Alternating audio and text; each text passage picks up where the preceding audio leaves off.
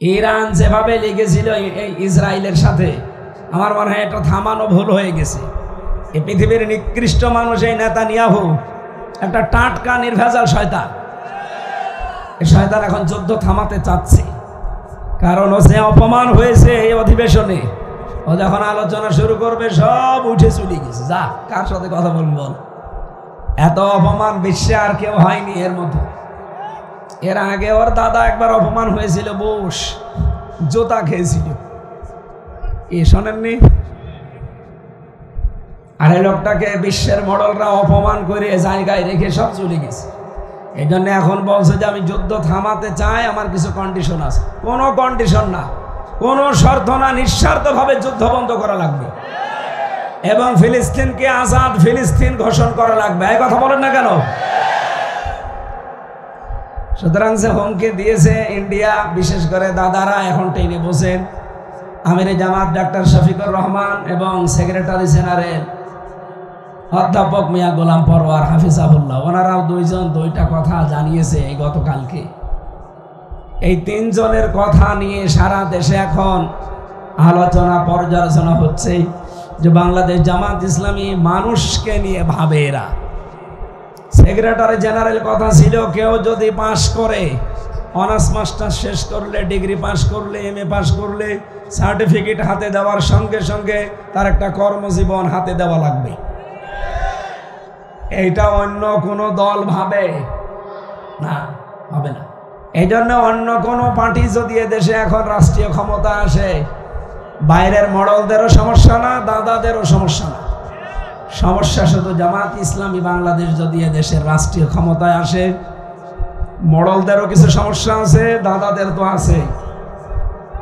এই জন্যে আমার মনে হয় বাংলাদেশ তৈরি হওয়ার এই 54 বছরে একটা স্পেশাল হুমকি দিয়েছে ডাক্তার তাহের। বলেছে এই দেশে যদি জামাত ইসলামী আসার পরে দাদারা আমাদের শান্তিতে থাকতে না দেয়, আমরা কিন্তু স্বাধীনতার যুদ্ধ এই অঞ্চলে ছড়িয়ে দেব, তখন টের পাবে। ওরা তো এমনি ভয় পায়।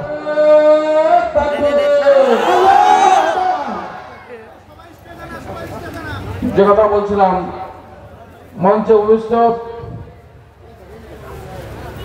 ওলামায়ে কেরাম, দূর দূরান্ত থেকে আগত গৌরীত জনতার একাংশ, পর্দার আন্দোলনে অবস্থানরত মা ও বোনেরা, প্রধান আলোচক এসে গেছেন, যার কথা শোনার জন্য আপনারা অধীর আগ্রহ অপেক্ষা করছেন। আমি মাত্র 5-7 মিনিট কথা বলেই আমার কথা শেষ করবো ইনশাআল্লাহ। আলহামদুলিল্লাহির রহিমির রহমান আল্লাযী খালাকানা লিল ইবাদাতি ওয়াল জান ওয়া খাসানা বিত তাকরীমি বাইনাল হায়াওয়ান ওয়া নাশহাদু আল্লা ইলাহা ইল্লাল্লাহ ওয়াহদাহু লা শারীকা লাহু শাহাদাতাম মুওসিলাতান ইলাল জিনান ওয়া নাশহাদু আন্না মুহাম্মাদান আবদুহু ওয়া রাসূলুহুল মাবউসু ফিনা বিল হুদা ওয়া দীনিল হাক্কি লিইয়ুযহিরাহু আলাল আদিয়ান সাল্লাল্লাহু আলাইহি ওয়া আলা আলিহি ওয়া আসহাবিহিল কিরাম মা দামাশ শামসু ওয়াল কমারু বিজিরিয়ান والنجم والشجر يسجدان فقد قال الله تعالى في كلامه المجيد وبرهانه التوحيد أعوذ بالله من الشيطان الرجيم بسم الله الرحمن الرحيم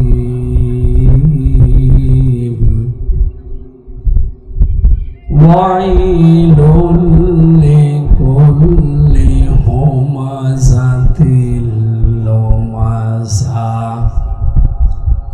الذي جمع مالا وعددا صدقت يا ربنا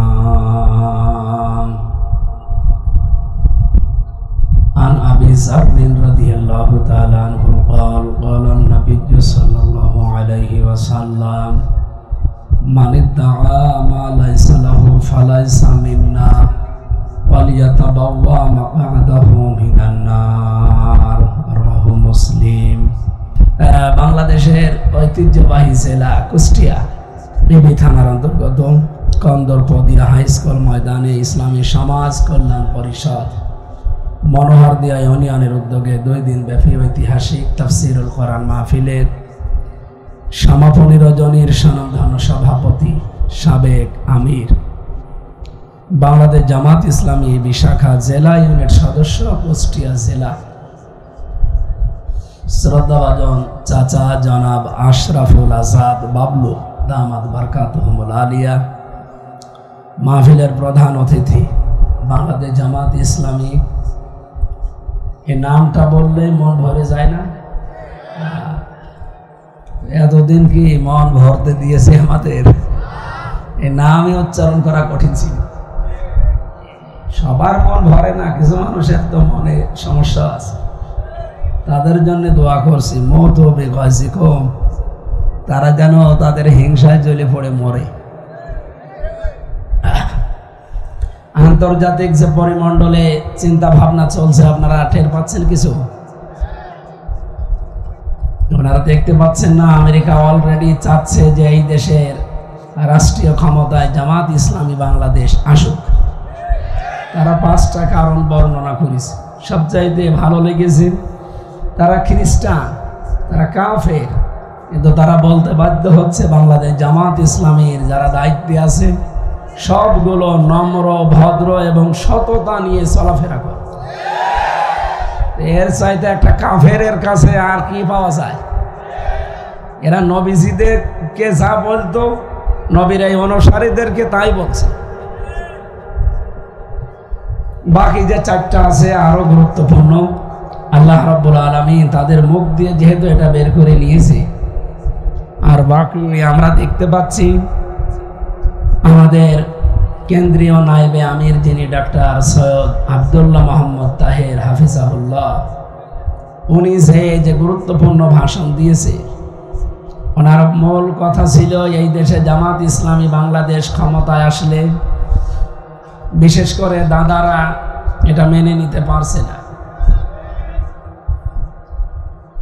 শেরে বাংলা একে ফজলুল হক এই লোকটা কিন্তু বাংলাদেশের মানুষকে জানিয়েছে যেই দিন এই দেশের মানুষ বুঝবে যে ভারত আমাদের শত্রু, তখন এই দেশের মানুষ টের পাবে যে হ্যাঁ আমরা এই দেশে বসবাস করি।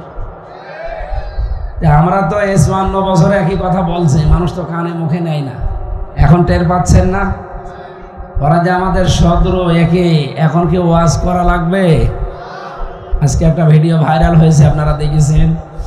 নামাজ চলছে মসজিদে, জায়গা হয়নি মসজিদে, বাইরে মুসল্লি যারা পাটি বিছিয়ে নামাজে দাঁড়িয়েছে।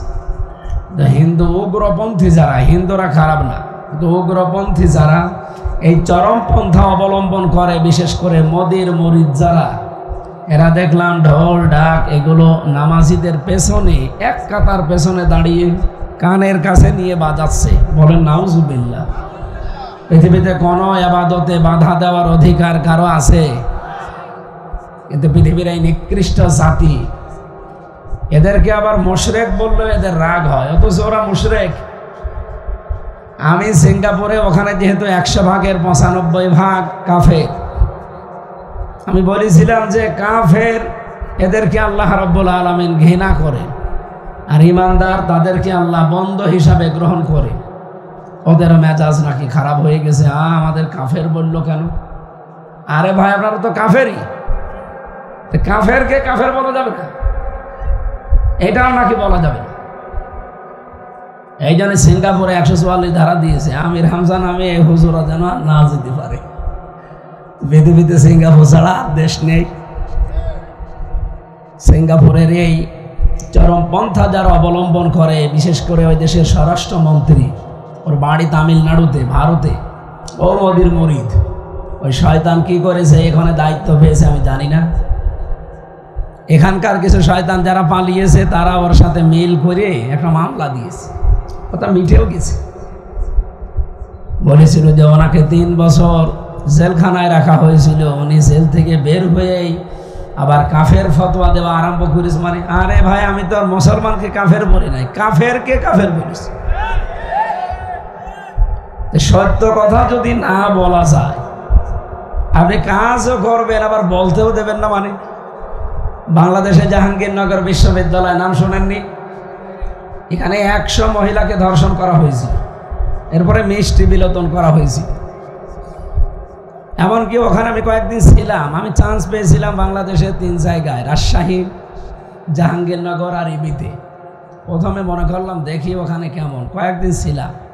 ওখানকার পরিবেশ আমার ভালো লাগে না। আমি একবার বলেছিলাম না যে ওরা মদ খায়, একেবারে তোলপাড় হয়ে গেল। হ্যাঁ, এরকম কথা বললো কেন? অথচ এই যে 16 জন ধরা পড়িস, তাও মদ খাওয়া অবস্থায়। সুবহানাল্লাহ বলছে কে? তাহলে আপনি ভাবেন আমার কথা কি পুরাটা মিথ্যা? ঢাকা ভার্সিটি নিয়ে একটা কথা বলতে গেলে স্লিপ অফ টান হয়ে গেছে। সলিমুল্লাহ মুসলিম হল বলতে যে মহসিন হল বেরিয়ে গেছে, এইটাই আমার ভুল।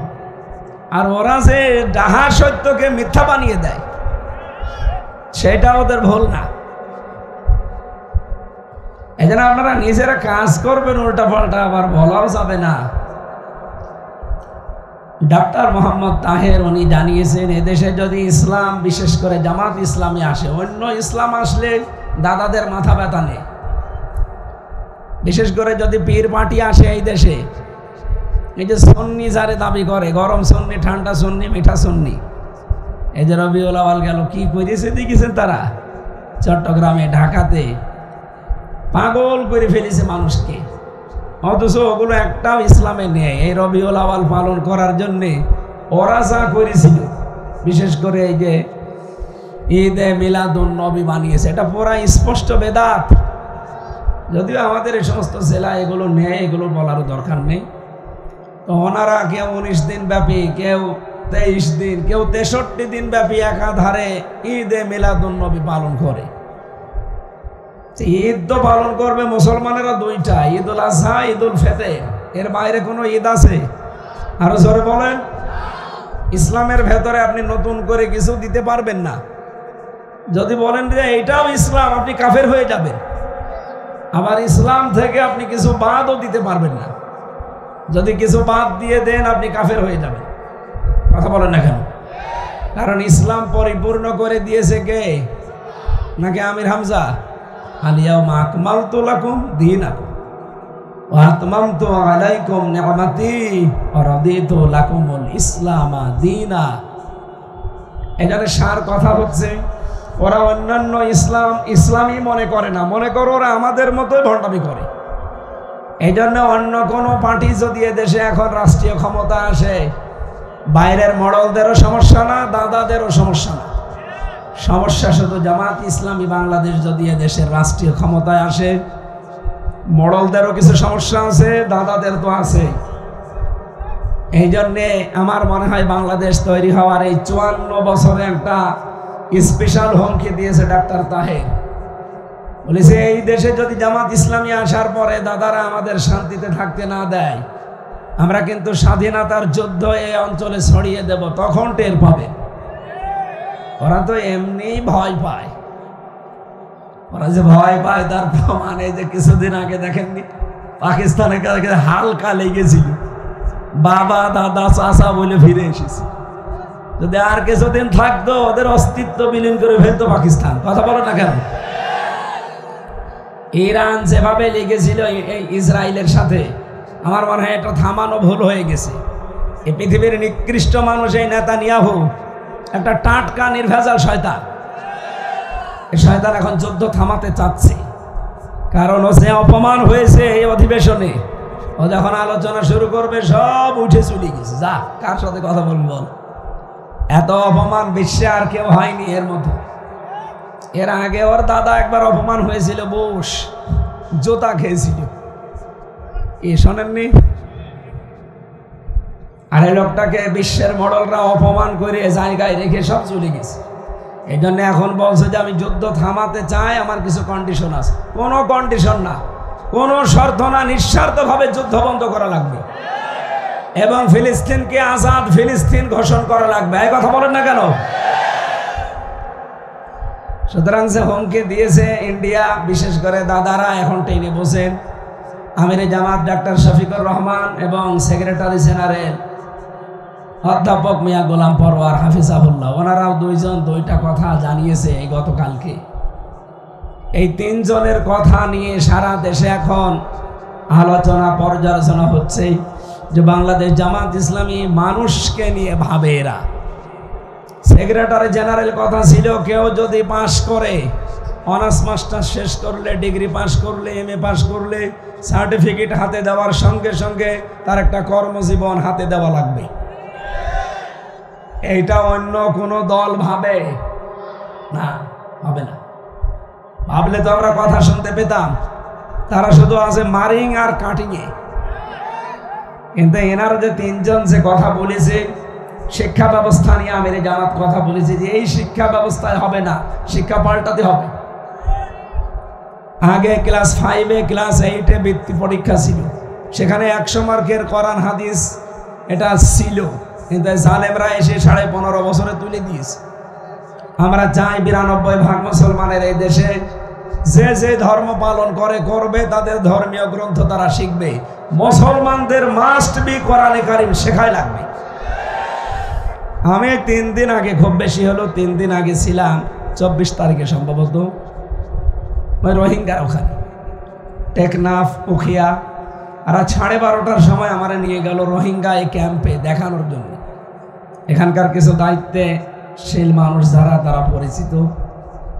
ওর ভেতরে যে দেখলাম ওনারা 11 লাখ এসেছিল শুনলাম, এখন 25 লাখ।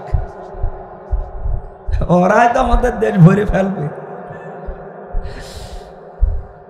একটা বিষয় আমি যতক্ষণ ছিলাম, যতটুকু মানে অবজারভেশনে ছিলাম, আমি দেখলাম ওই মানুষগুলো আর কিছু না করুক, একটা কাজ তারা করছে। একেবারে ছোট থেকে বড় পর্যন্ত প্রত্যেকেই তারা কোরআন শরীফ পড়তে পারে। রোহিঙ্গা যারা এসেছে একটা অন্য কোনো ধর্মের না, সবগুলো মুসলমান। তারা অন্য কোনো কাজে তাদের ভুল থাকতে পারে, কিন্তু এই কাজ ভালো কাজ। যে এই যে 25 লাখ মানুষ যারা এখন ওখানে আছে, একটা আল্লাহর কোরআনের বাইরে নেই, সবগুলো অন্তত কোরআন পড়তে পারে। রাত 9টার পরে যেহেতু ওদের বের হওয়া নিষেধ, এজন্য ওরা মাহফিলে আসতে পারে নাই, তো আসতো। কয়েকজনের সাথে বাংলা ভাষা বসে, তারা জিজ্ঞাসা করলাম, বসে খুব আশা ছিল আপনার কথা শুনবো, কিন্তু আমাদের তো রেস্ট্রিকশন আছে, যেতে দেয় না। 9টার পরে তালা লাগিয়ে দেয়। আমরা এমনিতেই ভেতরে মোবাইল আছে, কম্পিউটার আছে, আমরা শুনি দোকানে বসে বসে। আমরা যে কথা বলতে চাচ্ছি, শিক্ষা ব্যবস্থায় আবার এই 5 এবং 8-এ 100 মার্কের কোরআন হাদিস সংযুক্ত করা হোক। এই দাবি যদি পূরণ করতে হয়, তাহলে 1 থেকে 5 পর্যন্ত মাস্ট বি এই গানের শিক্ষক, নাচের শিক্ষক, পাশাপাশি আপনি একজন কোরআনের আলেম শিক্ষক নিয়োগ দেওয়া লাগবে। এই দাবির পক্ষে আপনারা নেই? কারা কারা 1 থেকে 5 পর্যন্ত আলেম শিক্ষক চান দেখি?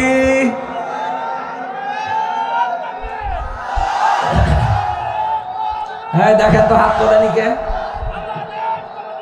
আলহামদুলিল্লাহ, ঠিক আছে, আলহামদুলিল্লাহ, আলহামদুলিল্লাহ। সুতরাং ষড়যন্ত্র যত হবে, এর জন্য রাস্তা বের করার দায়িত্ব কার? আমরা ওই আল্লাহর উপরে ভরসা করছি। জামাত ইসলামী নামটা শুনলে যেহেতু এখন মনটা ভরে যাচ্ছে, এই প্রাণপ্রিয় সংগঠন বাংলাদেশ জামাত ইসলামী কুষ্টিয়া জেলা শাখা সংগ্রামী জেলা সেক্রেটারি, বিশিষ্ট ইসলামিক চিন্তাবিদ, শিক্ষাবিদ অধ্যাপক সোজাউদ্দিন জব্বার, উনি এই সদর আসনের জন্য বাংলাদেশ জামাত ইসলামী উপজেলা পরিষদের চেয়ারম্যান নমিনি, জামাত ইসলামী থেকে ওনাকে নমিনেশন দেওয়া হয়েছে এই সদর ইউনিয়নে উপজেলা চেয়ারম্যান। আল্লাহ যেন কবুল করেন। এখানে এতক্ষণ যিনি কথা বললেন, হাজার হাজার আলেমের উস্তাদ। আমরা তো এই কুষ্টিয়া জেলা আলেমদের নাম বললে হাফেজ মাওলানা জুলফিকার আলী, মাওলানা এনামুল হক শাফি, এই দুইজনকে চিনতাম নাকি? বলেন বলেন। একজন আমাদের মাঝ থেকে বিদায় নিয়েছে, মাওলানা এনামুল হক শাফি রহমতুল্লাহ আলাইহি। আল্লাহ তাকে হায়াত জান্নাতুল ফেরদাউস নসিব করেন, বলেন আমিন। আর যিনি এতক্ষণ কথা বলছিলেন সহকারী অধ্যাপক কুমারখালী ইসলামিয়া ফাজিল ডিগ্রি মাদ্রাসা হাফেজ মাওলানা জুলফিকার আলী দামাত বারকাতুহুল আলিয়া। সম্মানিত অতিথিবৃন্দ, এখানে অনেকগুলো মানুষের নাম আপনারা দিয়েছেন। আমাদের পাশের জেলা, আমি তো জানতামই না যে এত পাশে আপনারা। এই যে পাশে মনে হয় ৬-৭ কিলো পরে ওনাদের জেলা শুরু, ৩ কিলো দূরে চুয়াডাঙ্গা জেলার আলমডাঙ্গা থানা শুরু।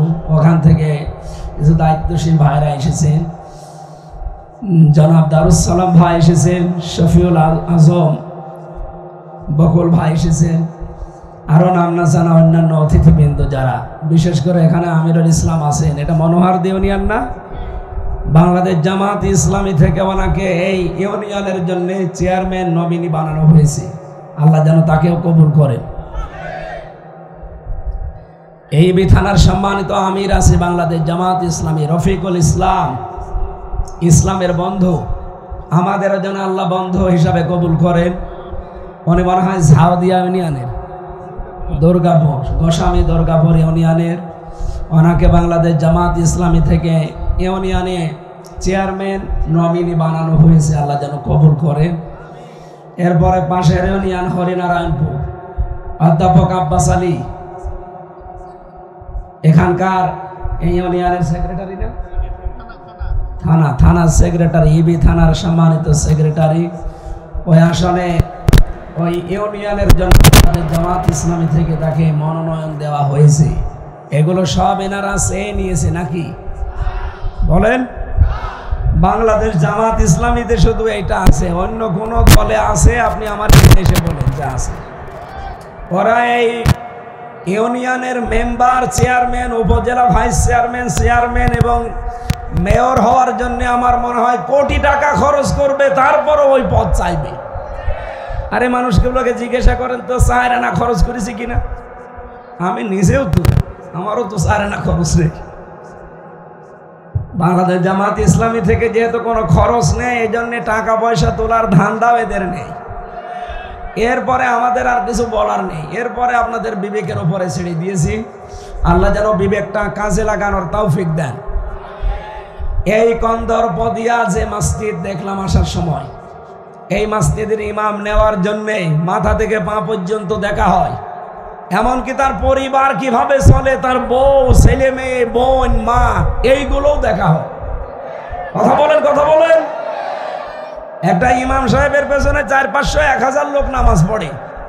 এর ছাড়া ইমামের আর কোনো দায়িত্বই নেই, কারণ তার কোনো পাওয়ারও নেই, ভ্যালু নেই, তার কাছে কোনো বাজেটও আসে না।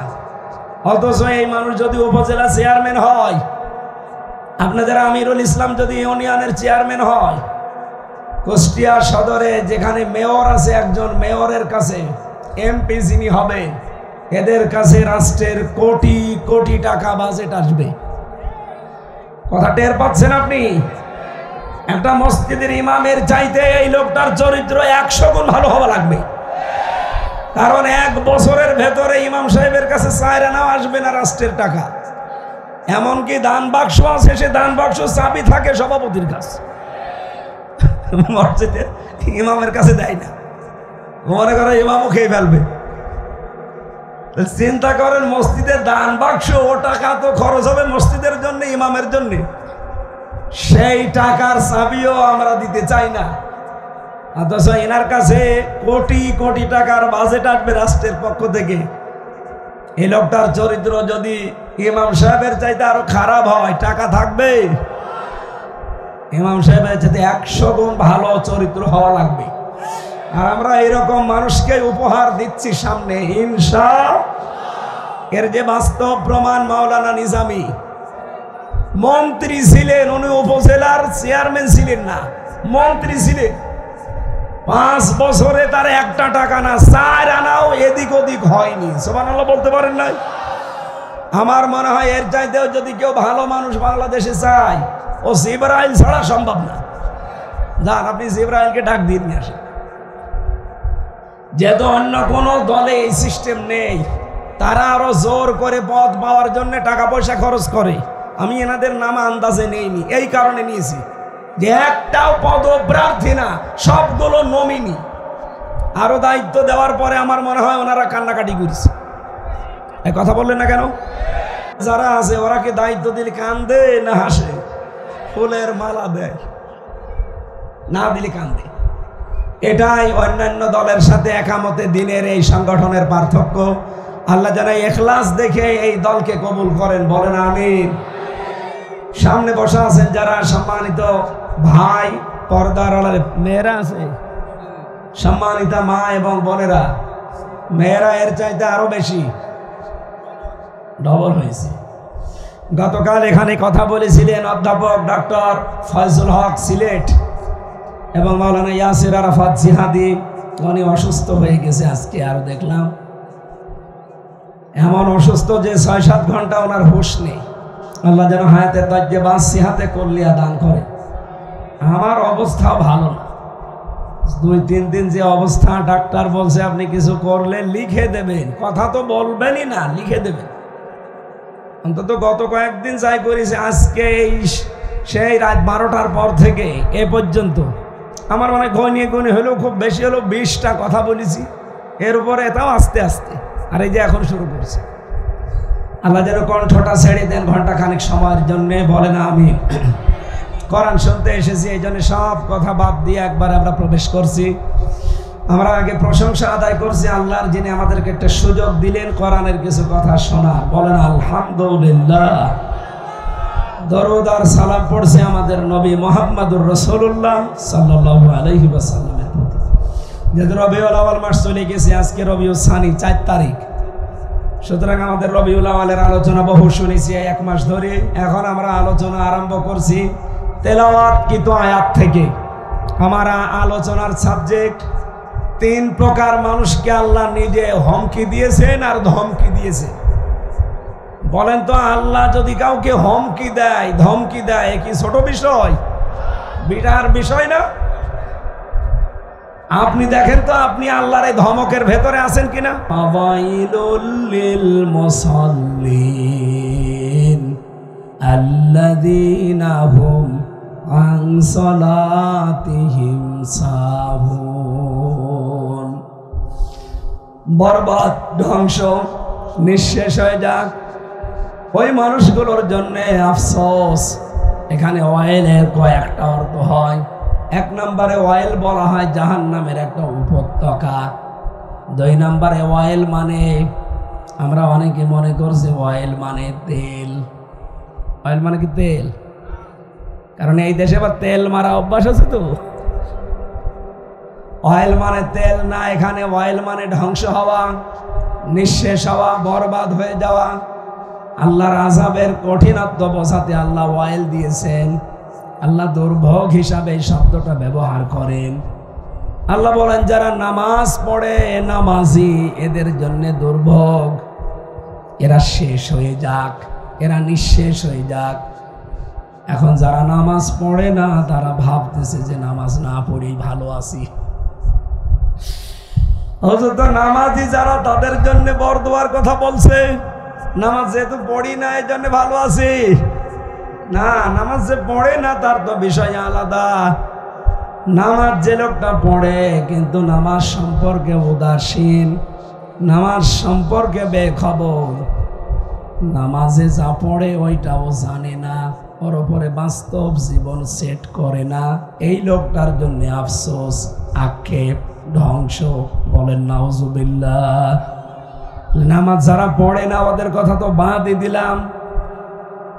ইয়াউমা ইউকশাফু আন সাকিউ ওয়া ইউদআউনা ইলাস সুজুদি ওয়া হুম সালিমুন খাশিআতান আবসারুহুম তারহাকুহুম যিল্লাহ ওয়া ক্বাদ কানু ইউদআউনা ইলাস সুজুদি ওয়া হুম সালিমুন ইলা আখির আয়া।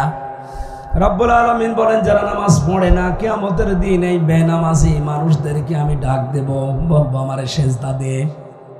ওরা সেজদা তো দিতে পারবে না, উল্টিয়ে পড়বে। লাঞ্ছনা অপমান গঞ্জনা ওদের মুখের উপরে চেপে বসবে। বলেন নাউজুবিল্লাহ। এখানে নামাজ পড়েন না যারা, বেনামাজির জন্য ওয়াজ নেই। নামাজ যারা পড়েন এটা যে যেন ঠিক থাকে। নামাজ পড়ার পরও যে ধ্বংস হওয়া লাগে, এই জন্য নামাজ পড়লে যেন আমরা বরবাদ না হই, ওই বিষয়গুলো খেয়াল করা দরকার। এক নম্বরে নামাজ সম্পর্কে যারা সাহন উদাসীন, নামাজে উদাসীন মানে নামাজের অক্ত সম্পর্কে তাদের খেয়াল নেই। অকুষ্টিয়াবাসী জবাব দেবেন নামাজ পড়া এবাদত, নামাজ না পড়াও এবাদত। কি কথা বলেন না কেন?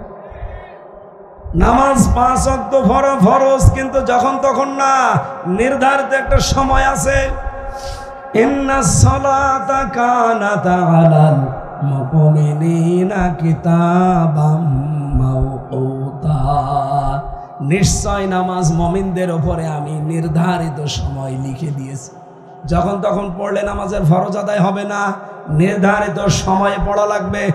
আর একটা আলাদা সময় আছে 5 ওয়াক্ত নামাজের। সিস্টেম অপর পৃষ্ঠায় দেখুন। এই পৃথিবীতে নামাজ পড়লে যেমন আপনি সওয়াব পান, নামাজ না পড়াও আপনার জন্য ইবাদত। 3 সময়। কোন সময়? যখন সূর্য উঠতেছে, যখন সূর্য মাথার উপরে, যখন সূর্য ডোবে, এই 3টা সময় নামাজ পড়া হারাম। নামাজ পড়া কি? তাহলে নামাজ পড়াও সওয়াব, নামাজ না পড়াও সওয়াব। এজন্য নামাজ যদি কেউ পড়ে সওয়াব অর্জন করতে চান, মাস্ট বি তাকে সাহন থেকে মুক্ত হওয়া লাগবে। সাহনের প্রথম ব্যাখ্যা হচ্ছে নামাজের সময় সম্পর্কে আপনি উদাসীন। আন্দাজে 3 ওয়াক্ত নামাজ একবারে পড়ে। জোহরের নামাজ, আসরের নামাজ, মাগরিবের নামাজ, অনেক চাষি আছে ওরা একবারে 3 ওয়াক্ত পড়ে। এই কথা বলেন না কেন? সেই ফজরের নামাজ পড়ে মাঠে চলে গেছে, জোহর আসর পড়তে পারে নাই, একবারে মাগরিবের সময় এসে গোসল করে 3 ওয়াক্ত নামাজ একবারে পড়ে। মানে ফজর, জোহর, আসর, মাগরিব, ইশা সব ওয়াক্ত নামাজের নিয়ত করলো আলিমউদ্দিন চাষা। আল্লাহ, আমি শুনেছি এরকম একটা গল্প যে একবারে 5 ওয়াক্ত নামাজের নিয়ত করে লোকটা বলে, নিয়ত তার জানে না, নয় তো অনুসল্লি আলিল্লাহি তাআলা, ওর নিয়তই রাখি এইটা যে ফজর, জোহর, আসর, মাগরিব, ইশা এই সব ওয়াক্ত নামাজের নিয়ত করলো একবারে আলিমউদ্দিন চাষা। আপনি নামাজ সম্পর্কে উদাসীন থাকলে কিন্তু ধ্বংস হয়ে যাবেন। কারণ এই কথা কার? আমি কি বানালাম? আরে ভাই, বেনামাজি যারা ওদের জন্য ওয়াজ নেই, ও এমনিও জাহান্নামে যাবে।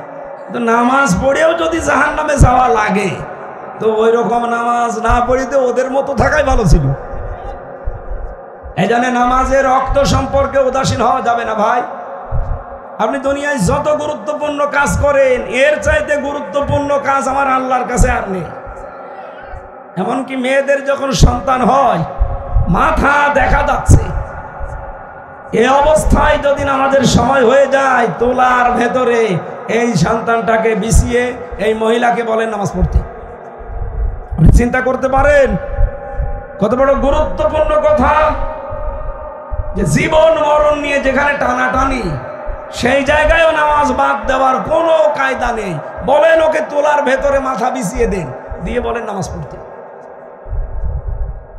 মেয়েরা যারা এসেছেন এখান থেকে একটা মাসলা বলি। অনেকের আমাদের মেয়ে আছে, বাবা আছে, তো আমরা অনেকে ওই সম্পর্কে খোঁজ রাখি না, জানিও না। একটা মেয়ে যখন বালেগা হয় তখন তার উপরে নামাজ ফরজ, এর আগে ফরজ না। এর আগে যদি নামাজ না পড়ে তাহলে তার গুনাহ হবে না, বাবা মারও গুনাহ হবে না। কিন্তু বালেগ হওয়ার পরে যদি 1 ওয়াক্ত নামাজও বাদ হয়ে যায়, ওই মেয়েটার যেমন গুনাহ হবে, মা বাবারও গুনাহ হবে। মেয়ে আপনার বালেগ হয়েছে কখন? এই মেয়েটার যখন শরীর খারাপ হয়, যদি এটা 12 বছরে হয়, 13 বছরে হয়, 14 বছরে হয়, 15 বছরে হয়, অসুবিধা নেই। এটা আমরা না জানলো মায়েরা জানে। সম্মানিত মায়েরা, আপনার স্বামীকে জানিয়ে দেবেন যে তোমার মেয়ের কিন্তু নামাজ ফরজ হয়ে গেছে। এরপর থেকে আপনি কোনোদিন, যতদিন আপনার আন্ডারে থাকবে এই মেয়েটা, খেলায় খেলায় যদি 1 ওয়াক্ত নামাজ নষ্ট হয়ে যায়, 7000 বছর জাহান্নামে থাকা লাগবে। শুধু ওই মেয়েটা একা থাকবে না, আপনাকে সাথে নিয়ে যাবে। তাহাতা আকদামিনা লিয়াকুনা মিনাল আসফালিন। কিয়ামতের দিন আল্লাহকে বলবে, আমার এই মা আর বাবা, এই গার্জিয়ানদেরকে আমার সামনে রাখে, এদের মুখের উপরে আমি জোড়া লাথি দিয়ে তারপরে জাহান্নামে নিয়ে যাব। সন্তানের জোড়া লাথি খাওয়ার মতো মা বাবা দুনিয়ায় নেই। আছে মানে আমরাই খেয়ালই করি না। মেয়েরা আশা করছে আপনি এটা আপনার স্বামীকে সতর্ক করবেন, কারণ আমরা বাবারা হয়তো অনেক সময় জানি না, হেলায় খেলায় নষ্ট হয়ে যায়। এক ওয়াক্ত নামাজ যেন বালেগ হওয়ার পরে আমাদের আর না ছুটে যায়। বলেন আমিন। তাহলে নামাজের সময় সম্পর্কে উদাসীন থাকা যাবে না, খোঁজ খবর রাখবেন। এখন তো মোবাইল আছে, কম্পিউটার আছে, হাত ঘড়ি আছে, বিভিন্ন কায়দা আছে। নামাজ যেন জীবনে সময় মতো ছুটে না যায়। 2 নম্বরে, নামাজে যেটা পড়েন আপনি ওটা শুদ্ধ করে পড়বেন, কারণ নামাজ যে 19টা কারণে ভেঙে যায়, নষ্ট হয়ে যায়, তার 1 নাম্বার কারণ হচ্ছে নামাজে কোরআন শরীফ অশুদ্ধ পড়া। এই এলাকায় যদি মাদ্রাসা থাকে ওখানে আপনি শেখার চেষ্টা করেন। আর এই বয়সে যদি আপনি না পারেন, বয়স্ক কোরআন শিক্ষা বাংলাদেশ জামাত ইসলামী থেকে বিভিন্ন এলাকায় আছে। এলাকায় আছে কিনা আমি জানি না, যদি না থাকে এটা আরম্ভ করা দরকার। বাংলাদেশ জামাত ইসলামী এটা একটা প্রতিষ্ঠান। আপনি এখানে আসবেন, 6 মাসের ভেতরে আপনি আল্লাহর কোরআন মূর্খ হলেও শিখে ফেলবেন। এই সিস্টেম এখানে আছে। আপনাকে আপনি জানেন না, আমি জানিয়ে দিলাম। অন্য কোন দলে যদি থাকে আপনি সেখানে যে শেখেন। আমার মনে হয় জাতীয় পার্টিতে আছে। হ্যাঁ আছে, কি করে নাঙ্গল চাষ করা লাগে ওইটা আছে। আপনাকে আমি এটা জানাতাম না, যেহেতু অনেকে জানে না যে কোরআন শরীফ 6 মাসে বাংলাদেশ জামাত ইসলামী এই প্রতিষ্ঠানে আসলে আপনি শিখে ফেলতে পারবেন। তাও শুদ্ধ করে পড়াবে আপনাকে। এদের সব ট্রেনিং দেওয়া লোক আছে। আশা করছে এখানে এসে শুদ্ধ করে কোরআন তেলাওয়াত শিখে নেবেন। 3 নম্বরে, নামাজের ভেতরে যেটা পড়েছিলেন ওইটা আপনাকে বোঝা লাগবে। বহু মানুষ এটা আমরা বুঝি না, আন্দাজে শুধু পড়ে যায়। এই কারণে আমাদের পরিবর্তন নেই। সূরা হুমাযার এই যে 2টা আয়াত পড়লাম, অনেক মানুষ তো প্রথম 3 আয়াত দিয়ে নামাজ পড়ি আমরা। যদি বুঝতাম যে আমি কি বললাম, আল্লাহ ধমক দিচ্ছেন, আল্লাহ হুমকি দিচ্ছেন, কত বড় কঠিন কথা। জীবনে নিজেকে পরিবর্তন করার চেষ্টাও অন্তত করতাম। কথা বলেন ঠিক কিনা? 3 নম্বরের জন্য বুঝতে হবে আপনাকে, যতটুকু পড়বেন যেন বুঝতে পারেন। আমি এই যে আরবি পড়লে আমার আর বাংলা করা লাগে না, আমি এমনি বুঝিছি আমি কি বললাম। আমি যখন প্রথম গ্রেপ্তার হয়েছিলাম 10 সালে, এই কুষ্টিয়া সদর থানায় যে ওসি ছিল গোপালগঞ্জের, ওই লোকটা আমাকে গ্রেপ্তার করে আমার কার্ড নিয়েছিল একটা। কার্ডে যেহেতু হাফেজ লেখা ছিল, আমার বলছে হুজুর আপনি হাফেজ, আপনাকে আমি ছেড়ে দিতে পারি, আমাকে কোরআন শরীফ আপনি শেখাবেন। এত কোনো ব্যাপার না, আমি ছেড়ে দেন, আপনাকে আমি শিখিয়ে দেব। আমার বলছে না, আপনি যেভাবে পড়েন, আরবি পড়লেই বাংলা বুঝে ফেলেন, ওইভাবে পড়ান। আরে এটা কি অত সহজ? এ কি 1 দিন 2 দিনের কাজ? আপনাকে আগে আরবি গ্রামার জানা লাগবে, শব্দের অর্থ হাজার হাজার মুখস্থ করা লাগবে। বলছে আমি তাই করব। ওই দিন থেকে প্রতি সপ্তাহে জমার দিন ওনার ছুটি থাকতো, আমারও ছুটি, ওনারে পড়াতাম। আমি এখান থেকে যেটা বোঝাতে চাই, ওনাকে আমি 1 বছর পড়িয়েছিলাম, এই সপ্তাহে 1 দিন করি। এই 52 সপ্তাহ পড়ানোর পরে একটা বিষয় পেয়েছি, ওনার সামনে ঘুষ এসেছিল কয়েক লাখ টাকা। ওই সময় আমি ওনাকে পড়াচ্ছিলাম, লা তাকুলু আমওয়ালাকুম বাইনাকুম বিল বাতিল, এই আয়াতটা। কোটি খানিক টাকা সম্পদ হবে, 1 কোটি টাকার উপরে এই জিনিসের দাম। ওনারে হয়তো 8-10 লাখ টাকা দিয়ে বলছে, স্যার এই হাদিয়াটা রাখেন আর আমার ওই মালটা ছেড়ে দিন। তখন আমি অলরেডি পড়াচ্ছি, টেবিলের উপরে ওই আমপারা কোরআন শরীফ সব আছে। আমার দিকে তাকিয়ে বলছে, হুজুর নেব? নেবেন মানে? আপনারা পড়ালাম কি? আর ওই দিন আল্লাহর ইশারা ওই ঘোষের আয়াতই পড়িস।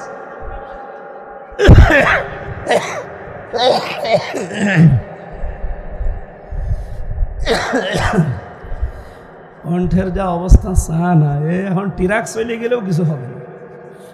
এই জন্যে কিছুদিন যদি অফ করতে পারতাম তো ভালো হতো। ডাক্তারও বলছে না, বলছে লিখে দেবেন, কথা তো বলতেই পারবেন না, লিখে দেবেন। আজকে সকাল থেকে প্রায় 8-10 পার্টি এসেছিল বিভিন্ন জেলা থেকে। কোথায় সে সাতক্ষীরা, কোথায় চট্টগ্রাম, বিভিন্ন জেলা থেকে ওরা এসেছে, সিরাজগঞ্জ, পাবনা, এদিকে ফরিদপুর। বললাম ভাই এই যে লিখে দিলাম কাগজে, আমার কথা বলা নিষেধ, এখন আপনি কি করবেন করেন। ওই নিজেরাই বইকে বইকে বইকে বই চলে গেল। আজকের এই মাহফিলটা এরকম 2-3টা বাদ দিতে পারলে ভালো হতো। বাদ দিলে তো এনাদের সমস্যা হবে, মানুষ এসে গাল দেবে, হ্যাঁ আমার দাওয়াতই দেন না। এদিকে তো পারছে না, কণ্ঠও পারছে না, শরীরটাও ভালো না। একটু দোয়া করেছেন যে ঘন্টাখানিক যেন কণ্ঠটা ছেড়ে যায়। কারা দোয়া করেছেন দেখি হাত তোলেন তো। এই আন্দাজে হাত তুলেন না, দোয়া না করে হাত তুলেন না। আলহামদুলিল্লাহ, ঠিক আছে। এভাবে কথা বললে বোঝা যাচ্ছে, ঠিক আছে। অত চাপ দিতে গেলে ও ছাতা যা আছে দেখা যাচ্ছে রওশনের সাথে মতো হয়ে গেছে, ও আর চলছেই না। যতটুকু আছে আমি আস্তে আস্তে অন্তত সাবজেক্টটা শেষ করার চেষ্টা চালাচ্ছি। ওমা তাওফীক ইল্লা বিল্লাহ। ওনাকে 1 বছরের মাথায় আমি যতটুকু দিতে পেরেছিলাম, উনি ওই সময় দেখলাম আমার সামনে বলল, বেটা বেয়াদব, আমি কোরআন শরীফ পড়ছি আর তুই ঘোষ নিয়ে এসেছিস, দূর হয়ে যা। চলে গেল। পরবর্তীতে নিয়েছে কিনা আমি জানি না, অবশ্যই হয়তো নিতে পারে। কারণ এইরকম হাদিয়া যদি মাসে 5টা পায়, ওর বেতন আর নেওয়া লাগে? 5টা পেলে 5-10-এ 50 লাখ।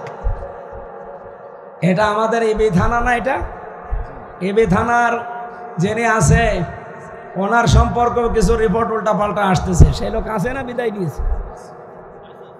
আমরা কিন্তু সব জানি এবং খোঁজ খবর রাখছি। আপনি কোথা থেকে এসেছেন, কি আপনার পরিচয়, কি কি করছেন এলাকায়, কার কাছ থেকে কি মাল পানি খান, সব কিন্তু আমরা জানি। এটা কিন্তু সত্যি কথা বলছি, আইজি পর্যন্ত পৌঁছিয়ে দেব। আশা করছি নিজেকে সংশোধন করে নেবেন। কারণ আমরা যারা আছি এই দেশে, বিশেষ করে আমার এই সদর থানা, এবি থানা, এমনি সরাসরি কাউকে কিছু বলি না। আপনারা আমাদের মেহমান, অন্য জেলা থেকে এসেছেন। দায়িত্ব পালন করলে দায়িত্বের মতো পালন করা লাগবে। কারণ এটা আর আগস্টের 5 তারিখের আগে নেই, এখন চলছে সেপ্টেম্বরের 27 তারিখ। কথা বলেন, 1 বছর 1.5 মাস পার হয়ে যাচ্ছে, এরপরও অনেকের চরিত্র পাল্টাচ্ছে না। এখনো সেই খাবো খাবো আছে। বাবা শাহজালাল সব হালাল, এই চিন্তা বাদ দেওয়া লাগবে না। যদি এবার আমার কানে আর 2-1 বার রিপোর্ট আসে, আপনি কিন্তু জায়গা মতো চলে যাবেন। আশা করছি চরিত্র পাল্টিয়ে নেবেন। এই লোকটা দেখলাম 52 সপ্তাহ মাত্র কোরআন শরীফের আরবি গ্রামার হালকা পড়েছিল আমার কাছে, তেলাওয়াত শিখেছিল শুদ্ধভাবে, কয়েকটা আয়াতের বাংলা অর্থ পারত। এখনো কাঙ্ক্ষিত মানের যেতে পারেনি, কিন্তু পরিবর্তন হয়ে গেছে। অন্তত লজ্জার খাতির হলো আমার সামনে যে না, আমি ঘোষ নেব না। এই জন্য কোরআন শরীফ নামাজের ভেতরে যদি আপনি একটু বুঝে বুঝে পড়তে পারেন, যদি চলার পথ একটু উল্টাপাল্টা থাকেও, আশা করছি আপনাকে আল্লাহর কোরআন পরিবর্তন করে দেবে ইনশাআল্লাহ। 4 নম্বরে সাহনের ব্যাখ্যায় পড়েছি, আপনি যদি সাহন থেকে বেঁচে থাকতে চান, নামাজের ভেতরে যেটা পড়লেন এটা আপনার প্র্যাকটিক্যাল লাইফে থাকা লাগবে। যা যা পড়েছেন ওই অনুযায়ী নিজের জীবন গঠন করা লাগবে। এই 4টা কাজ যদি দুনিয়ায় কেউ না করে, এই আয়াতের ব্যাখ্যায় নবীজি বলেন ওই লোকটা নামাজ পড়েও জাহান্নামে যাবে। বলেন নাউযুবিল্লাহ। আল্লাহ আয়াত শুরু করেছিলেন ওয়াইলুল লিকুল্লি, ধ্বংস হয়ে যাক প্রত্যেকটা মানুষ। কারা তারা? হোমাজাতিল লোমাজা, যারা হোমাজা এবং লোমাজা। প্রশ্ন আসতে পারে হোমাজার লোমাজা কি? এটা হোমাজার লোমাজা অনেক মানুষ কোরআন শরীফ শুধু আরবিতে পড়ে, অর্থ বোঝে না, ব্যাখ্যা বোঝে না, এই জন্য মেয়েদের নাম রেখে দেয় আদর করে। আমার নিজের এলাকায় আমি একজনকে যমজ বাচ্চা হয়েছে, 2টাই মেয়ে। একদিন জিজ্ঞাসা করলাম যে ভাই যমজ বাচ্চা নাম রাখলেন? বলছে হুজুর নাম রেখেছি হমাজা লোমাজা, একটা কথা হইল। আপনি কি জানেন হমাজা লোমাজা কি? যা জানি কোরআন শরীফে আছে, ওই আয়াত পড়ে আমার শোনাইল। আরে যে হমাজা মানে সামনে নিন্দাকারী, আর লোমাজা মানে পেছনে নিন্দাকারী। এ কি ভালো নাম? বলেন বলেন। এই জন্য যারা সামনাসামনি মানুষকে ছোট করেন, সামনাসামনি মানুষের নিন্দা করেন, বদনাম করেন, পেছনে পেছনে যারা মানুষের গীবত করেন, পরনিন্দা করেন, এই দুই প্রকার মানুষের জন্য আল্লাহ বলেন আমার হুমকি, আমার ধমকি। বলেন নাউজুবিল্লাহ। অথচ আমি ছোট্ট জীবনে দেখতে পাচ্ছি এখন পৃথিবীতে এই গোনাটা মানুষ গোনা মনে করে না, অথচ দেদারসে করে যাচ্ছে। যারা মানুষের বদনাম করেন, এর কথা ওর কাছে লাগান, মানুষের সম্পর্ক নষ্ট করে দেন, এটা আমার মনে হয় এতদিন যাই ছিল আগস্টের 5 তারিখের পরে থেকে অনেকের ভেতরে এই আমলটা এখন বেশি। কি করে এর কাছ থেকে মানুষকে সরানো যায়, এর সম্পর্কে আন্দাজে বানিয়ে বানিয়ে কথা বলে, কথা বলেন। আর একটা অপরাধ হচ্ছে নিজে অন্যায় করে ফেলে, নিজের দল অন্যায় করে, এই অন্যায়টা চেপে রাখার জন্য, ধামা চাপা দেওয়ার জন্য একটা নিরপরাধ মানুষের ওপরে, নিরপরাধ দলের ওপরে দোষটা চাপিয়ে নিজে ভালো সাজে। এগোনা বাংলাদেশে নেই। আপনি কিন্তু আল্লাহ নিজে ধমক দিচ্ছে আপনাকে। কোরআনে কারিমে আমি পড়েছি সূরা নিসা 112 নম্বর আয়াতের ভেতরে আছে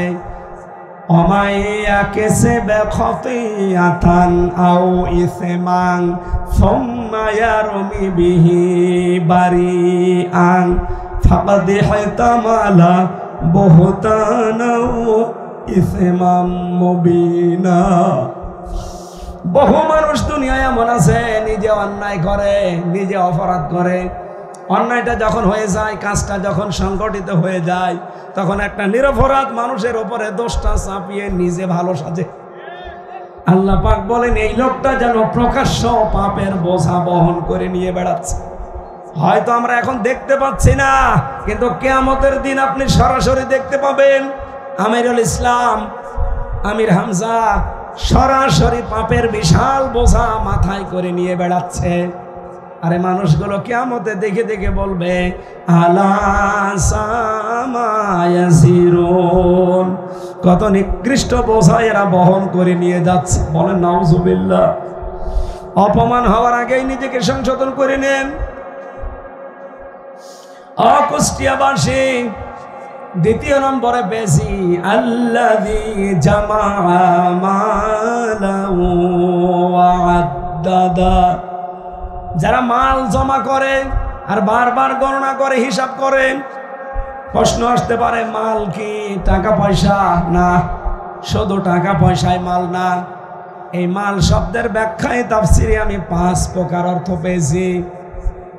1 নম্বরে মাল মানে টাকা পয়সা, 2 নম্বরে মাল মানে লোকবল জনবল, 3 নম্বরে মাল মানে অস্ত্র শস্ত্র, 4 নম্বরে মাল মানে সম্মান মর্যাদা, 5 নম্বরে মাল মানে রাষ্ট্রীয় চেয়ার।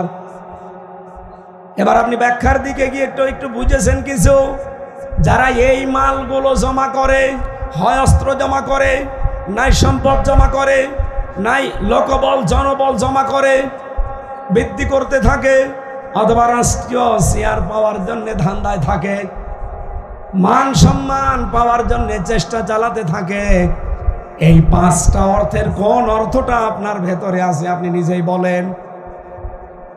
এগুলো যারা জমা করার জন্য সব সময় চেষ্টা করেন, চিন্তা করেন, আর এই ধারণা করেন যে এগুলো আমার কাছে স্থায়ীভাবে থেকে যাবে, ইয়াহসাবু আন্না মালাহু আখলাদা, সে মনে করে, ধারণা করে, সে বিশ্বাস করে এগুলো আমার কাছে স্থায়ীভাবে থাকবে। বলেন নাউজুবিল্লাহ। এই পৃথিবীর ময়দান 1500 বছর মনে করেন এই আয়াতটা নাযিল হয়েছে। 1500 বছরের যে বিশাল আলোচনা কোরআন থেকে আমি পেয়েছি। বহু মানুষ তাদের মাল জমা করেছিল, সম্পদ জমা করেছে, লোকবল জনবল বাড়িয়েছে, রাষ্ট্রীয় চেয়ারেও বসেছিল, মান সম্মান উপার্জন করেছে, বিশাল অর্থ সম্পদের মালিক হয়ে গেছে। ও মনে করেছিল এগুলো আমাকে অমর করে রাখবে, আমাকে চিরস্থায়ী করে রাখবে, আমাকে মানুষের মুখে মুখে রাখবে। আল্লাহ বলেন কাল্লা লা ইউমবাযান্না ফিল হুতামা, কখনোই না, তাকে হুতামায় আমি আল্লাহ নিক্ষেপ করব। বলেন নাউজুবিল্লাহ। এবার আসেন তো আয়াতের বাস্তব শিক্ষা কি? কত মানুষ আমরা দেখলাম দুনিয়াতে তারা মাল জমা করেছে, তাদেরকে চিরস্থায়ী করে তাদের মাল রাখে নাই, অমর করে রাখে নাই, তাদেরকে ধ্বংস করে দিয়েছে। যেমন আবু লাহাব, এ লোকটা সম্পদ উপার্জন করেছিল, মাল উপার্জন করেছিল, মা গানা আনহু মালুহু ওয়া মা কাসাব। আল্লাহ পাক বলেন আবু লাহাবের যে সম্পদ, ও মন্ত্রী ছিল, অথচ তার বিশাল অর্থ সম্পদ কোনো কাজে আসে নাই, এমনকি সে উপার্জন যা করেছে সব জাহান্নামের সাথে নিয়ে গেছে। সায়াসলা নারন যাতা লাহাব ওয়ামরাতুহু, তাকে আমি আল্লাহ জাহান্নামের লেলিহান আগুনে প্রবেশ করিয়েছি। শুধু তাকে না, ওয়ামরাতুহু, তার স্ত্রীকেও সাথে দিয়েছি। প্রশ্ন আসতে পারে তার স্ত্রীকে দিল কেন? তাফসিরে মুফাসসিরে জবাব দিয়েছেন, আবু লাহাব ইসলামের বিপক্ষে ছিল, নবীজির বিপক্ষে ছিল, আর ওকে পেছন দরজা দিয়ে সাহায্য করত ওর স্ত্রী উম্মে জামিল। আজও বাংলাদেশে আমরা দেখি বহু নেতা, বহু পুরুষ মানুষ, এরা ডাইরেক্ট ইনডাইরেক্ট ইসলামের বিপক্ষে আছে, ইসলাম ধ্বংস করার জন্য উঠে পড়ে লেগেছে। পেছন দিক থেকে তাদের নেত্রীরা, তাদের স্ত্রীরা, তাদের মায়েরা, বোনেরা, মেয়েরা পেছন দিক থেকে ইসলাম ধ্বংস করার জন্য উম্মে জামিলের মতো সাহায্য করে। কথা বলেন না কেন? আমরা খাদিজার মতো মেয়ে লোক কেউ পাই, আমরা উম্মে জামিলের মতো মেয়ে লোক কেউ পাই। এই জমিনে দিন কায়েমের জন্য খাদিজাতুল কুবরা নবীজিকে সব দিয়ে দিয়েছিলেন। এরকম হাজারো মহিলা এখন বাংলাদেশে আছে না নেই? অমনোহরদিবাসী, সামনে কিন্তু বদরের ময়দান আমাদের সামনে। আপনি যাই মনে করেন না কেন, কারণ আমরা সবাই শুনছি এবার হবে ভোট যুদ্ধ। এটা শুধু ভোট না, কি হবে? ভোট যুদ্ধ। বদরের ময়দান হয়তো আমরা দেখিনি, কিন্তু এবার আপনি দেখতে পাবেন, কারণ বদরের ময়দানে ছেলে তার বাবার বিরুদ্ধে দাঁড়িয়েছে, স্বামী তার স্ত্রীর বিরুদ্ধে দাঁড়িয়েছে। এক কথা বলেন না কেন? এবার আপনি এই ময়দান তাই দেখবেন, অনেক সন্তান তার বাবার বিরুদ্ধে দাঁড়িয়ে যাবে, অনেক স্ত্রী তার স্বামীর বিরুদ্ধে দাঁড়িয়ে যাবে। কারণ স্বামী মানুষের তৈরি করা শয়তানের আইন প্রতিষ্ঠা করতে চায়, আর স্ত্রী চায় জমিনে আল্লাহর বিধান কায়েম হোক। সুতরাং বদরের ময়দান সামনে আসতে দেরি নেই, হয়তো ১৫০০ বছর আগে পার হয়েছে, সামনে আসতেছে যেটা, এটা একটা বদরের ময়দান। যেহেতু বদরের ময়দানে যারাই গেছে তারাই জান্নাতি। কথা বলেন। নবীজি বলেছেন বদরের ময়দানে যে ৩১৩ জন ছিল প্রত্যেকেই জান্নাতি, শহীদ হলেও জান্নাতি, গাজী হলেও জান্নাতি। ওই সময় কেন নবীজি বলেছিলেন? কারণ ইসলাম থাকবে কি থাকবে না এরকম কঠিন মুহূর্ত চলছিল। আমাদের বাংলাদেশে এখন ঠিক এই অবস্থায় আমরা দাঁড়িয়ে আছি। অনেক চাপাবাজি করতে পারে যে না, আমরা কি ইসলাম মানি না। তুমি ইসলাম মানো তো এ কথা বলো কেন? শরীয়তের কোনো নিয়ম নীতি আমি বিশ্বাস করি না, এ কথা বলো কেন? এই জন্য আমরা বলতে বাধ্য হচ্ছি, এবার কিন্তু ময়দান আমাদের সামনে, বদরের ময়দান আসতেছে। কথা বলা লাগবে ভাই।